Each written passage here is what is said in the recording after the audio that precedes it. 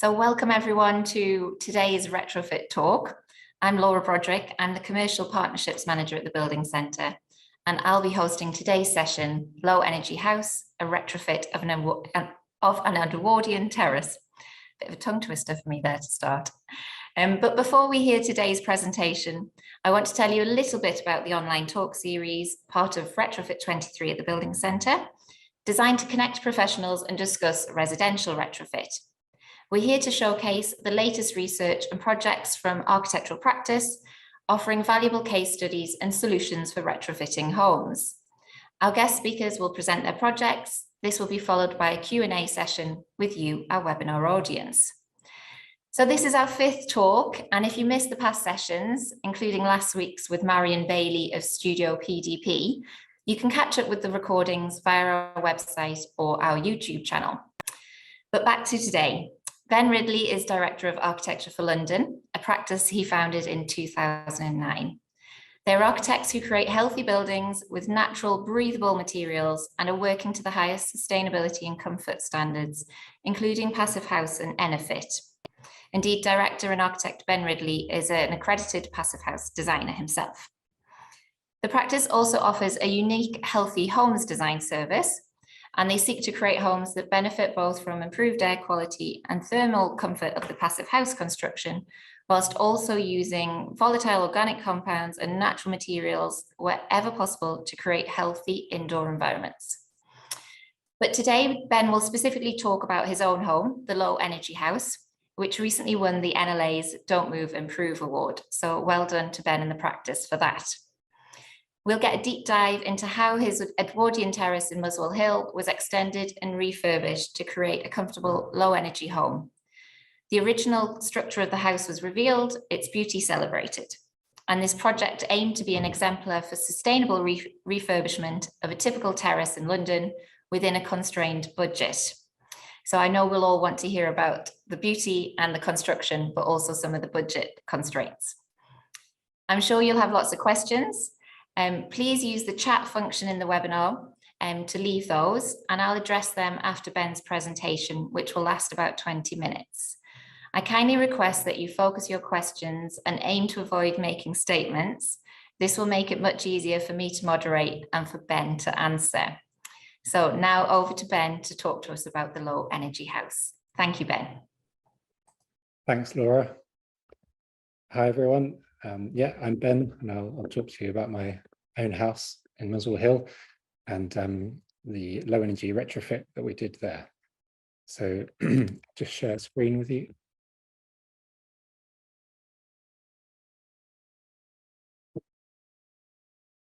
So the title is Age of Extinction, and what I wanted to also talk a bit about was the climate emergency, and within that the species extinction, which we don't really talk about maybe as much as we should do. And that is important because it's already happening at pace. So I've included some quotes about that here, just to remind us about why we do these low energy retrofit projects. So the first quote: "It's impossible to exaggerate the awesome nature of the challenge we face. Global warming is already a prime factor in destroying species at a rate not seen for 65 million years." And obviously, the UK signed up to net zero by 2050, and the built environment is a really important part of that because it's responsible for about a quarter of our total greenhouse gas emissions. And the thing that's crucial to bear in mind is that homes we refurbish now aren't going to get refurbished again before 2050. So every project that we work on is really crucial. And for us, it's thinking about, although this is a single test case project, how we think about this at scale. So how we do this to all of our homes in London and all of our homes in the country. And we think that it's about a balance of sustainability, budget and aesthetics. And that's what we need to scale. So in terms of location, the house is in Edwardian suburbia, just north of Muswell Hill in North London. It's on the corner there of quite a busy road, Colney Hatch Lane and Hallowick Road. The project is a loft conversion rear extension and a retrofit. And we also removed quite a lot of the internal walls at ground floor, just to create a more modern open plan living space and allow the natural light to be shared around that space a bit better. And as it's my own house, it's a really good opportunity for a test case retrofit for the practice. And it's of an ordinary London terrace house on a relatively small budget for about 250k. So these are a couple of images of the house as I bought it. Very typical uninsulated brickwork, Edwardian construction. Few issues like someone had cement-based rendered the front of the house at ground floor, causing lots of damp problems inside, which we can go into a bit later. Still quite a lot of original single glazed windows. Yeah, and then generally internally, superficially in quite poor condition, as you can see from these photos. But more importantly, some real problems with the house. So on the right photo there, you can see a classic Edwardian ventilation detail of just having a big hole in the wall and the moisture ingress and condensation problems that's resulted in. You can see in the discoloration and mold growth there in the wallpaper. And on the left, some of the rooms face directly north, so you have this problem with one window rooms with really low levels of natural light. So that was something we wanted to address as well. This shows one of the original single glazed windows, condensation problems causing mold growth there along the bottom, along the sill. And also just to mention, I have a bit of a mold allergy, and I moved flat about 5 times within a year because of my mold allergy issues. So this was something that was really important for me to get right in the house and make sure everything was solved. And then the photo on the right, that's the original rear reception room at ground floor. So it shows there's an original single glazed window, but beyond that, in the side return, someone had built a very small kitchen addition, and that effectively blocked off all natural light to that room. So it was a very dark and uncomfortable room. And then a bit of opening up work. And this is the front bay. The 2 left images are ground floor and the 2 right images, so the first floor front bay. And it really shows the historic damp proofing work damage that caused. So essentially a cement-based damp proofing plaster was added up to 1 meter above the finished floor level in both the ground floor and the first floor. And what it did was just trap moisture, because it's non-breathable. It trapped lots of moisture within the wall, pushed that moisture upwards, and then it deteriorated the lime plaster line at that 1 meter level. And all that lime plaster was blown and very, very damp. And you can see the bottom left image there.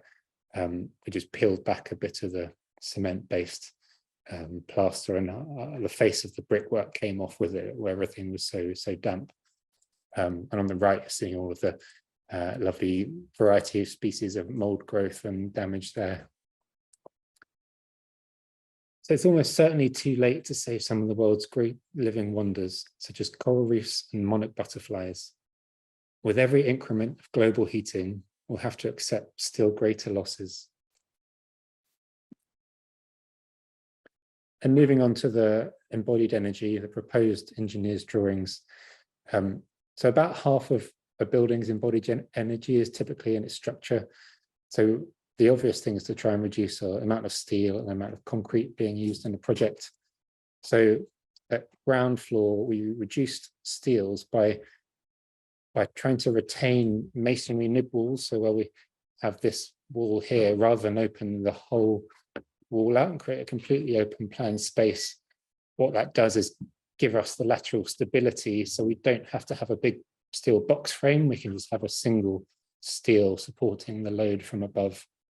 And again here, this is another nib wall retained for lateral stability, so we just need a single steel above that. On the rear extension, we didn't pour a continuous concrete slab. Instead, we just had stripped foundations and then carried on the suspended timber floor into the new extension. So again, saving a lot of concrete being pumped into the ground. And the loft conversion here, you can see on the second floor plan, we try to avoid using any steel at all. So it's all done with timber beams, so doubled up timber beams and posts, and then just a single flitch with a small amount of steel in it was all that was needed. And then embodied energy in terms of finishes, this was an early visual. So we were trying to minimize use of concrete-based and plastic-based building products, and instead using things like lime plaster, natural stone tiles rather than ceramics and concrete, and timber finishes throughout.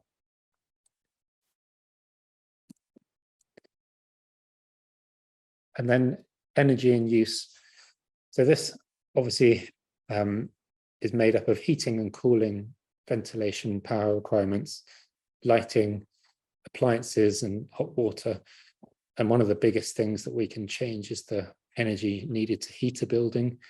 And we work to Passivhaus principles, so they are insulation, air tightness, and MVHR. And we were aiming for Passivhaus fabric U values of 0.15 everywhere, which we've achieved, except for at the front facade. And yes, this drawing shows some of the ground floor wall types. So at the front there, because we wanted to keep the Edwardian character, we insulated internally. So that's wood fiber there shown around the bay. But everywhere else we insulated externally because it performs much better. First floor wall types, you can see lime plaster everywhere, and again, wood fiber internally around the front facade and the bay. And then the loft conversion, one thing to note here, the adjoining neighbour's loft hadn't been converted, so we then obviously needed to insulate internally at this floor along the party wall, so that was done in wood fibre too. And then the other thing you can see here is the MVHR unit located in the loft, and to the new stair we added a curve in plan, and what that did is it gave us a little void here that allows the MVHR ductwork to run down through the stair into the lower floors of the house. And a detail through one of the new triple glazed Velfac Energy windows in the side of the house. So that's the condition where we have the external insulation and the window is pushed out so that it is within that insulation layer to try and avoid any cold bridge between the window and the insulation. And section showing the MVHR runs and diagram. There's disastrous consequences for wildlife if human-caused emissions push global temperatures up to 4.4 degrees C, which is currently what we're heading for. Extreme heat could endanger 40% of land animals by 2100, with extinctions and collapse of ecosystems becoming commonplace. Some photos during the construction process. That's the wood fibre going on internally at the bay. On the right there, you can see that's the stair, but also just behind that is one of the new steels with the nib wall retained so that we don't have to have a steel box frame. And on the outside, you can see there the external insulation going on at the side and the rear. And that's the rear extension with the SIP panels now in place and the finished wood fibre insulation to the front bay. And you can see there we've taken down the ceilings, obviously, to be able to insulate between the joists there so we don't have any thermal bridges. And then in terms of air tightness, this diagram from Intello in the top left there is a pretty good example of what we did everywhere in the house. So where we have masonry, here we used a thick coat of lime plaster, and that gives us our air tightness layer that's taped up at junctions like windows. Intello Plus membrane used for timber construction, so where we have the ground floor, the rear extension, and also the entire loft conversion roof. And then the diagram here shows that the difference between typically what the building regulations allow for a house, which is for holes throughout the entire building to add up to the size of 2 cash points. So that's quite a lot of air leakage. Whereas if you're aiming for passive house, which we try to do in our projects, you need to get that right down to credit card size, all of those holes added up. So it shows you the difference there and how hard that is to achieve. And yeah, the diagram also shows all the various tapes being used and grommets where you have services puncturing through the airtight layer.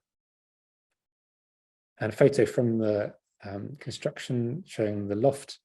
This shows the doubled up timber beams and a timber post there. And the other benefit of not having steel within the thermal layer in a loft conversion also is that it avoids that typical cold bridge of the steel.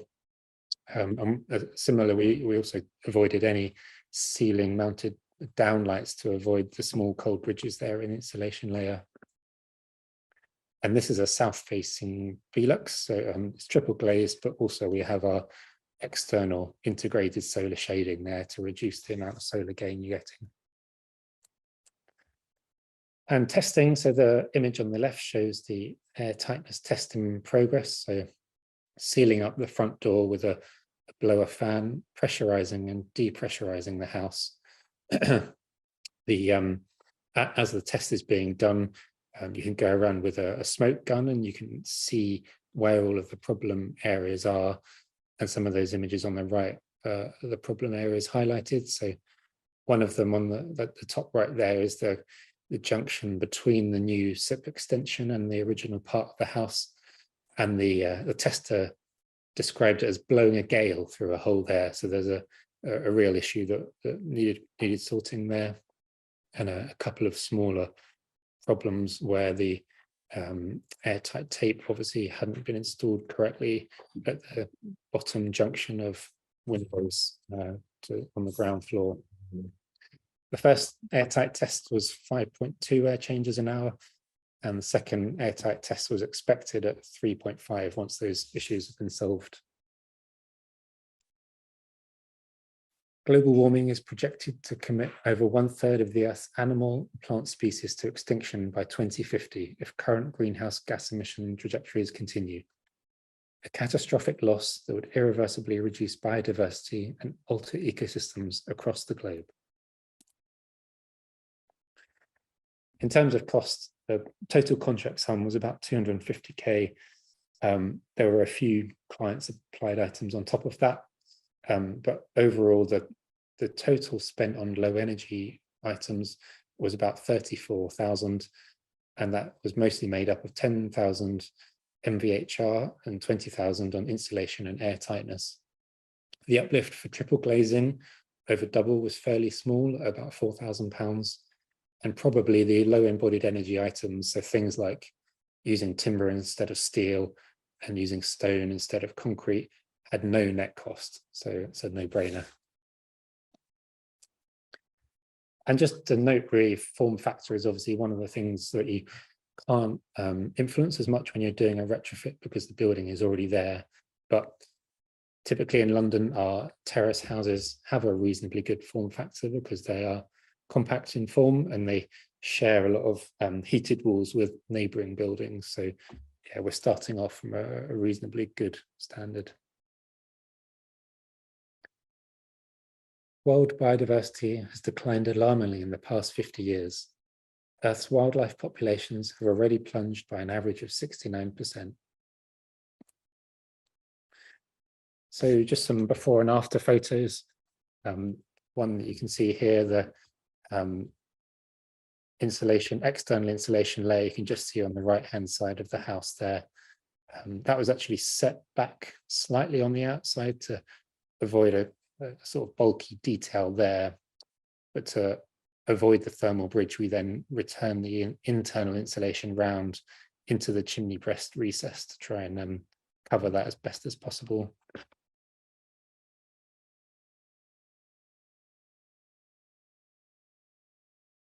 And then before and after of the stair. So yeah, showing space is much more open plan now, and a lot more natural light bouncing around the house. This wall at the end is a good example of that original lateral stability wall retained. And obviously there, because it's not a external wall, it meant we could have a much thinner layer of lime plaster, so it reveals the nice texture of the original bricks behind. And completion photos showing the front bay and refurbished front door with new stained glass added. So here, actually, the new windows were double glazed, but we added a secondary glazed layer internally. So it's effectively a triple glazed system, and actually is better for acoustics. So it reduces noise even more than a triple glazed window would do. And it's a magnetic secondary glazed system. So actually it performs really well for air tightness too. And I'm very happy to report there hasn't been any damp and mold since after the build. So that's great. Astrid the cat enjoying his new home. That's the bedroom on the right-hand side. And some details of the lime plaster and one of the new bedrooms at first floor. Stone timber finishes throughout, including in the bathroom. First floor bedroom. And that's a view outside from the rear. That's a new triple glazed oak framed garden door and window. And on the right is the loft conversion of the triple glazed Velfac window. And the cupboard you can see on the left is the MVHR cupboard. And a view of the kitchen and looking out towards the garden. So as well as the sustainability benefits, obviously there's the benefits of having a comfortable and healthy home. So occupant comfort is that it's a warm, draft-free house with underfloor heating. So you have the heat where you want it, which is at your feet rather than at your head. Much lower energy bills. So we calculated about an 80% saving on space heating. Improved indoor air quality. So the MVHR unit has a HEPA filter in, so that removes NOx and diesel particulates, but also pollen. So if you suffer from hay fever, like I do, that can really improve symptoms. Stable indoor temperatures.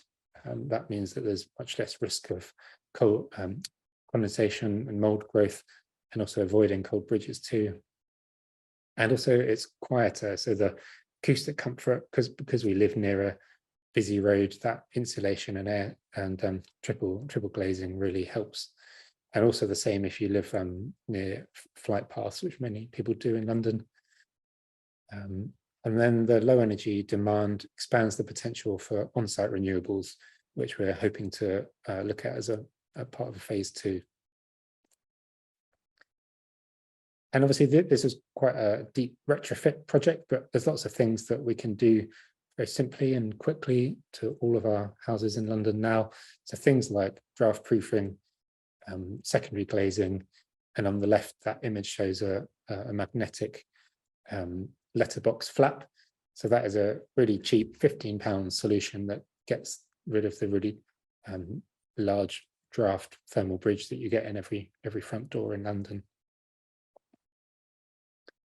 And finally, that's Astrid enjoying the new underfloor heating.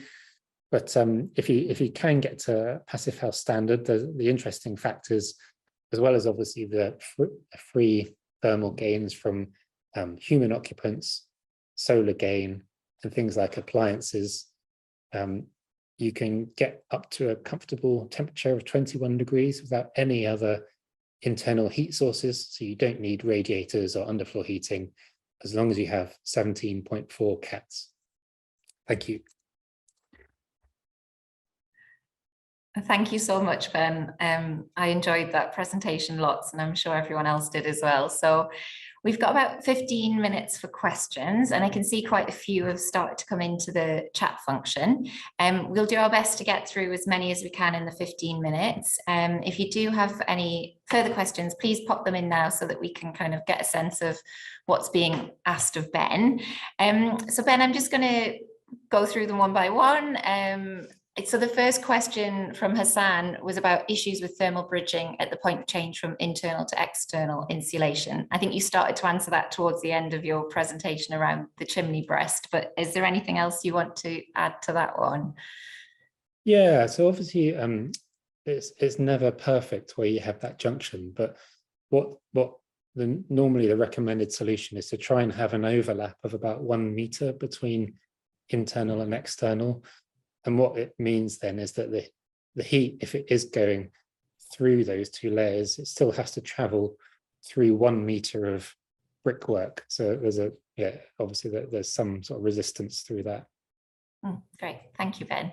Next question from Mark. Did you get any thermal imaging done after your retrofit was finished? I haven't actually yet. I still need to, I still need to do that.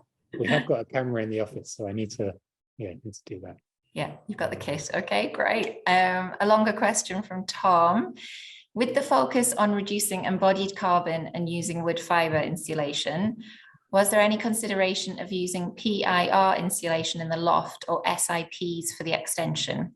And Ben, as you answer, could you help with acronyms for those who don't know them? Sure, yeah. So we did use wood fiber internally, and that's where you really have to use it because it avoids the risk of condensation. But externally we used phenolic Kingspan insulation, and that is a plastic based product. Originally we were looking at using wood fiber, but to achieve that Passivhaus U value of 0.15, it would have meant a much thicker layer, so probably 450 mil, I think it was.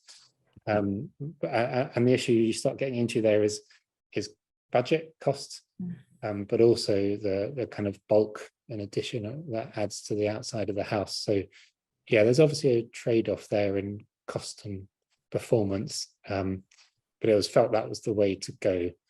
And then in terms of the SIPs for the rear extension, again, it is plastic-based product, but at that 172 version, you're hitting the Passivhaus U values for a very thin wall build-up, which is crucial in those sorts of rear London extensions where every square meter is crucial. Excellent, thank you. Question about the floor finish. So what was the floor finish on the first floor? So the first floor is timber floor finishes throughout, but you probably saw we took out all the ceilings at ground floor. So that meant on top of the original floorboards, there's a 15 mil layer of acoustic sound mat. And then there's underfloor heating. So there's an extra insulating board on top of that. And then finally, it's the timber floor finish on top. Great. Cheers, Ben. And from Matteo, I see you removed the ceiling. Did you try to minimize the sound transmission between first and ground floor? Yeah, exactly. So that was it. And I think it probably performs about as well as it used to with a plaster ceiling in. So it's definitely not a perfect solution, but it's good enough for a single family house, I think. Great. And then question from Nick around budget, looking for, well, thanking you for your presentation initially, but looking for a bit more clarity about the cost of 250K. I think you said that was construction cost, but what was included? VAT, fees, testing, client supplied items? Sorry, there's a bit of typing error on that. I can't quite see. So yeah, just if you could expand a bit more on the budget breakdown. Yeah, so it's a contract sum, so it was not including VAT, and there were extra client supplied items of about 50K on top of that. Everything is included except for consultants' fees, so it doesn't include architects' fees or air tightness testing or engineers' fees. Great, Thank you, and I hope that's answered your question, whoever asked. Bit of fan for the cat, for Astrid. She's getting some love in the chat function, so just give a shout out to Astrid. I'll be very pleased. She will be pleased, of course. And back to the exposed ceilings. I think you answered some of this around the acoustic, but someone else asking around acoustic and heat, so maybe you could say a bit more on the heat with that. So how did you deal with the heat through those exposed ceilings? Yeah, so the heat, really you only need to think about as the external envelope of the building. So everything within the outside walls, roof and ground floor is just treated as one space. So you're not really worried about heat transmission between ground floor and first floor. It should in theory be really stable, constant temperatures everywhere in the house. Okay. Amazing. And then a few questions around fire compliancy. So how would you describe it? And then like the rating for the exposed timbers for the joists. Yeah. So yeah, the timbers are coated with Envirograph. It's a clear coating, so that is intumescent, so that deals with the fire separation between floors. Great, amazing. Yeah, and then lots of compliments, beautiful job. Did you assess the embodied carbon in fixtures and fittings? No, I mean, I can't say I went into too much detail on embodied carbon other than trying to use those simple rules of thumb and reduce the amount of steel and concrete. I mean, one thing I would, well, it's kind of obvious, but buying good quality fixtures and fittings that will hopefully last for 30, 40, 50 years. And the same with furniture is something that we've tried to do. And yeah, hopefully there's a sort of investment in embodied carbon that will pay back over time with those things. Yeah, as you said at the beginning, you don't want to be retrofitting again before 2050, etc. and things. Yeah. Okay, so longevity of product within the home.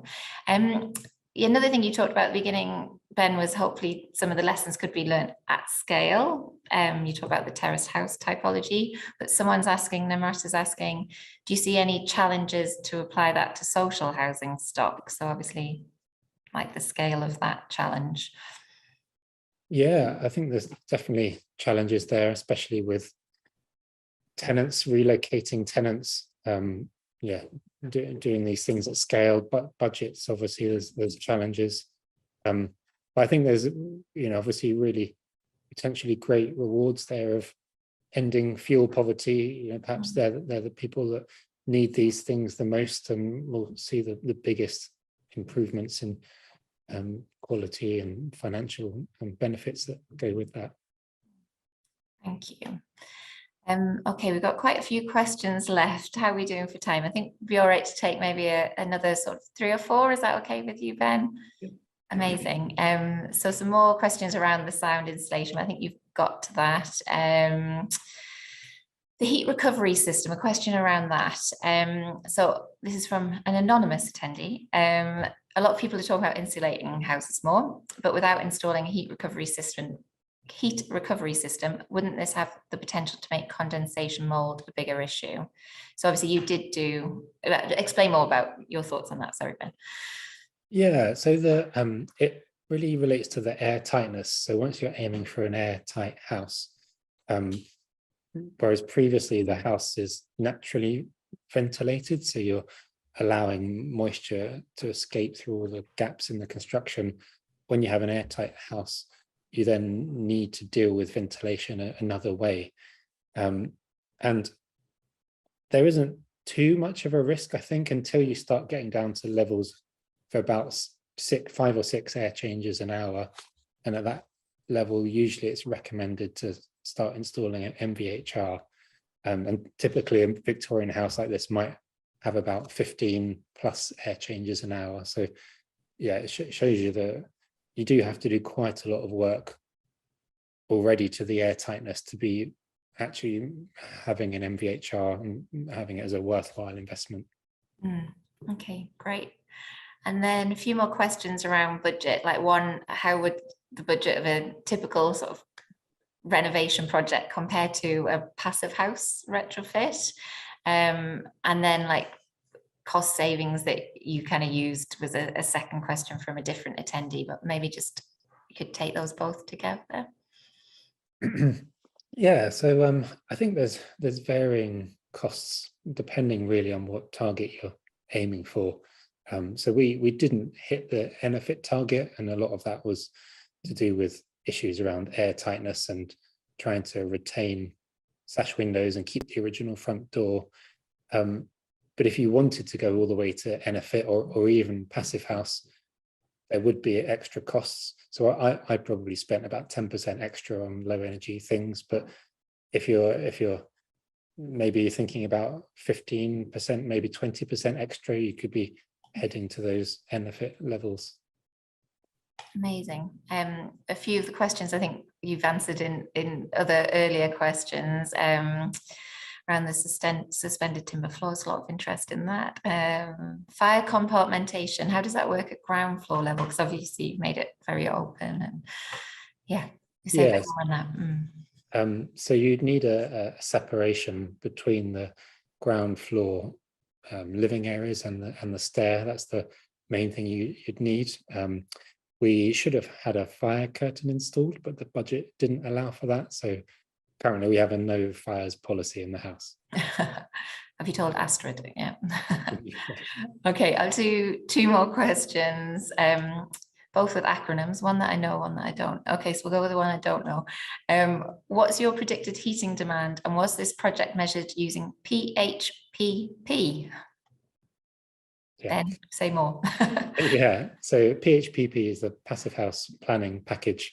Okay. So we did a rough initial study, but it wasn't done in too much depth. Yeah, so heat demand, I have got some bills, but I still need to finish the all the calculation. But yeah, it's slightly TBC, but we estimated about 80% saving. Oh, great. Yeah. Amazing. So final question, just because we are running out of time and need to wrap up. So from Tom, compliments, great project. Do you have a comparison within the EPC ratings pre and post works? Yeah. Oh, I don't actually. Yeah, I could commission an EPC now to, what was it before? I think it was pretty bad before, maybe a F. Yeah. Maybe an F. Yeah, probably. Yeah. Okay, great. Well, thank you so much, Ben, and thank you everyone for asking questions. I know we didn't address all of them, but just in terms of time. So Ben, just before I wrap up, how would people keep in touch with you as a practice? Keep in touch to find out more. Yeah, very happy. If you want to send emails through or visit us at architectureforlondon.com, and all of our details are on there. Excellent. And thank you so much, Ben, for taking the time to contribute to today's retrofit talks. We have recorded the event, so it will be available online shortly on the Building Centre's website and on the YouTube channel. So if you've enjoyed today and want to listen back or tell people, your colleagues and friends who maybe missed today, we do have another online talk next Tuesday, and that's with Lizzie Westermacott from ECD Architects, and she's talking about a social housing project, and the talk is entitled "It Takes a Community." So do book on that. Again, it's free next Tuesday lunchtime, the 4th of July.